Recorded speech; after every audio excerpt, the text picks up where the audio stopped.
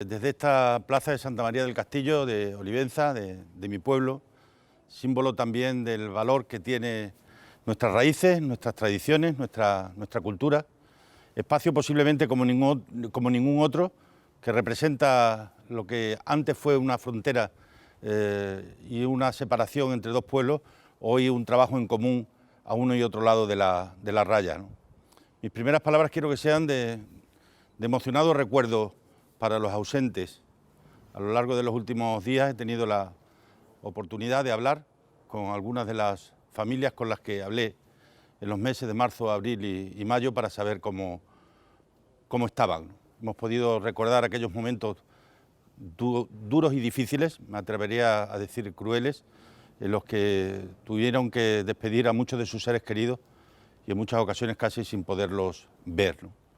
Eso que nunca debemos olvidar también nos tiene que servir para trabajar desde su recuerdo en hacer las cosas por parte de todos lo mejor posible, ¿no?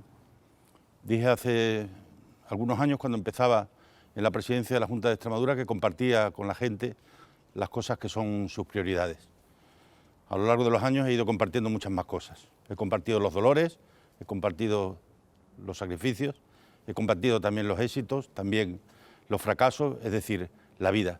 Hemos sido capaces de poder compartir juntos, cada uno desde su responsabilidad, el presente, y ahora les convoco para que lo podamos hacer también en el futuro del año que empieza.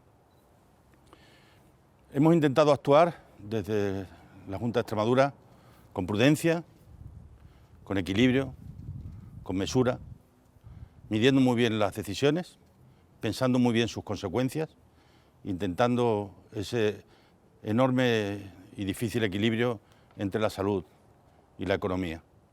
No puede haber economía sin salud, como no puede haber salud sin economía. Por eso hemos intentado que en todas y cada una de nuestras decisiones haya estado siempre presente el rigor científico y el consenso político.